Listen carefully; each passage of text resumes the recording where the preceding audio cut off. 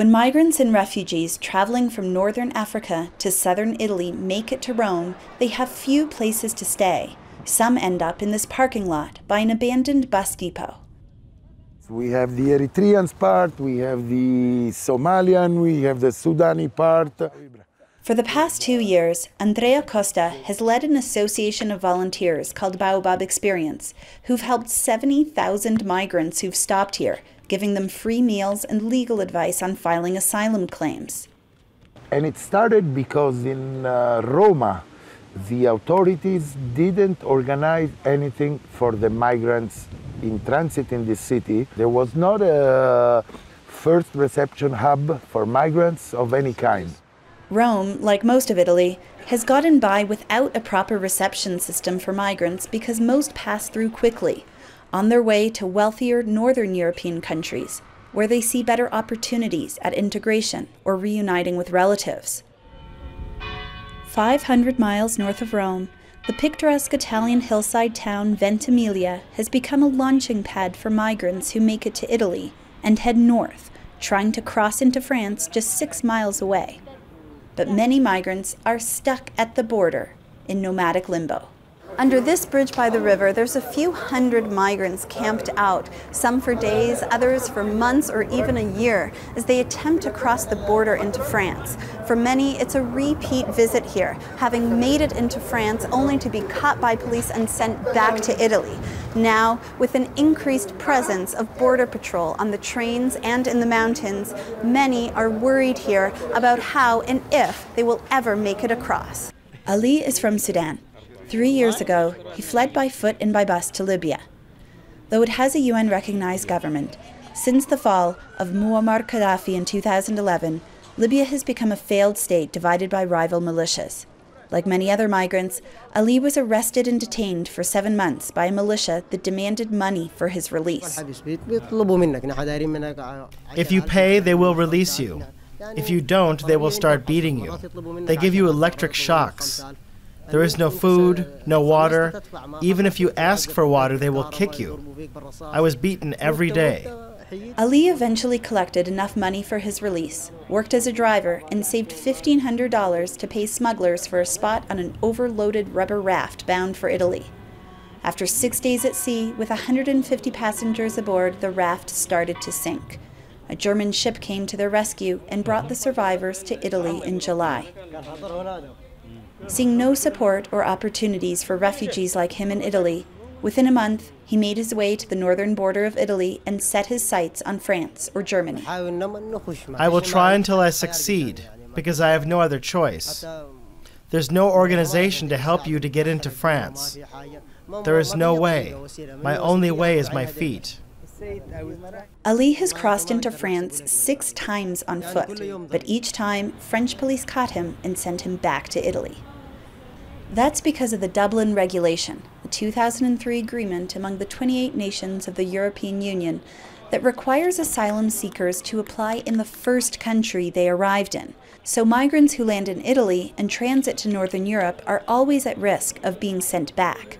The policy has created a bottleneck in Ventimiglia.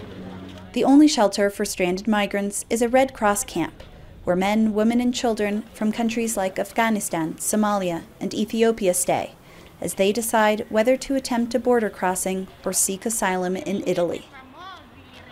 Every day, migrants board trains in Ventimiglia bound for France, a mere 10-minute ride. But French police wait on the other side, in the town of Menton. They board trains, remove migrants without proper papers, and send them back, by bus or the next train bound for Ventimiglia. Others are sent walking back. Europe's open borders are shutting their gates to migrants and refugees. On his latest attempt to cross into France, Ali, the Sudanese migrant, set out with a few friends on a road leading out of Ventimiglia. We are trying to enter France anyway because Italy has made us tired. The suffering is a lot, not little. Here in Italy, we miss a lot of things: education, health, and psychological comfort. They decided to sleep a few hours on a stone landing above a railroad track and take their chances walking down the railway during the next shift change of French border guards.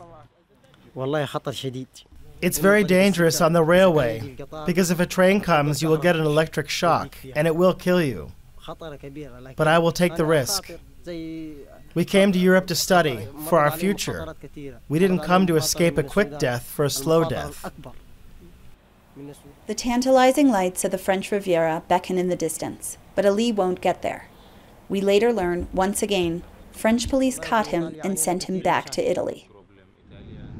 Some migrants who do make it to France end up outside the town of Bray-sur-Roya, where pharmac Cédric Héroux defies the authorities by hosting a migrant camp among his olive groves. He's part of a network, along with Andrea Costa from Rome, helping migrants move through Europe. Héroux says he's temporarily sheltered more than 200 on his farm. He shows me where Italy lies, just beyond the mountain. And down there, look, there's a policeman watching me. I asked Héroux why police are here. To prevent people from arriving here, to prevent them from accessing their rights. Héroux helps migrants file asylum requests, and even though French law lets citizens aid migrants on humanitarian grounds, police have repeatedly arrested him for helping them cross the border and stay in France. He blames racism for Europe's crackdown on the migrant flow. I've been taken into police custody 8 times. Why? Because I've had people in my car who are black, who are minors, who are waiting for the state to take care of them or to make an asylum claim.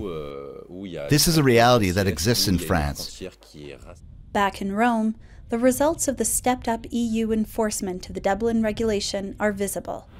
If in 2015 and the beginning of 2016, migrants in transit would have stayed here maybe for 3 or 4 days before keeping their journey, now they can stay weeks, they can stay months, or maybe after 3, 4, 5 times they try to cross the border and they're forced back to come back here, they say, okay, I'll seek asylum here. Last year, Italy received 123,000 asylum applications, up 48% from 2015. And second most in Europe after Germany.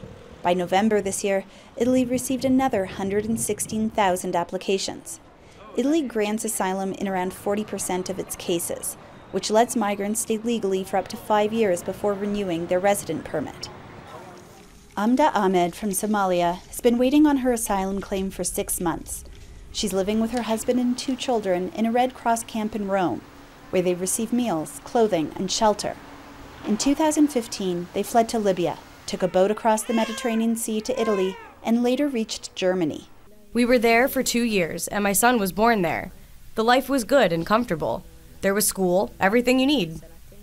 But Germany never granted the family refugee status, and in accordance with the Dublin regulation, sent them back to Italy because that's where they had first arrived. It was really difficult because I wanted to stay there. Not everyone wants asylum seekers like Ahmed to stay in Italy. Far-right groups are seizing public concern over the large numbers of migrants and refugees to bolster their anti-immigration platform. The European Union and the Italian government have committed at least $528 million to stem the flow of people from northern Africa, with $161 million directed specifically at Libya. That includes millions to training and supplying Libya's Coast Guard to intercept migrant boats and turn them back. As a result, thousands of migrants are being detained in Libya, in camps where the UN has documented inhumane conditions, forced labor, torture, and rape. The crackdown has resulted in fewer migrants arriving in Italy. By end of November, 117,000 migrants and refugees had landed in Italy this year, but that's a 32% decline from last year, according to Italy's Interior Ministry. Refugee Hamda Ahmed, after being sent back to Italy, is determined to learn Italian and make a life here, but she's lowered her expectations.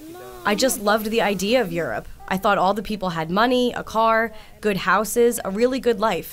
It's not how I imagined it.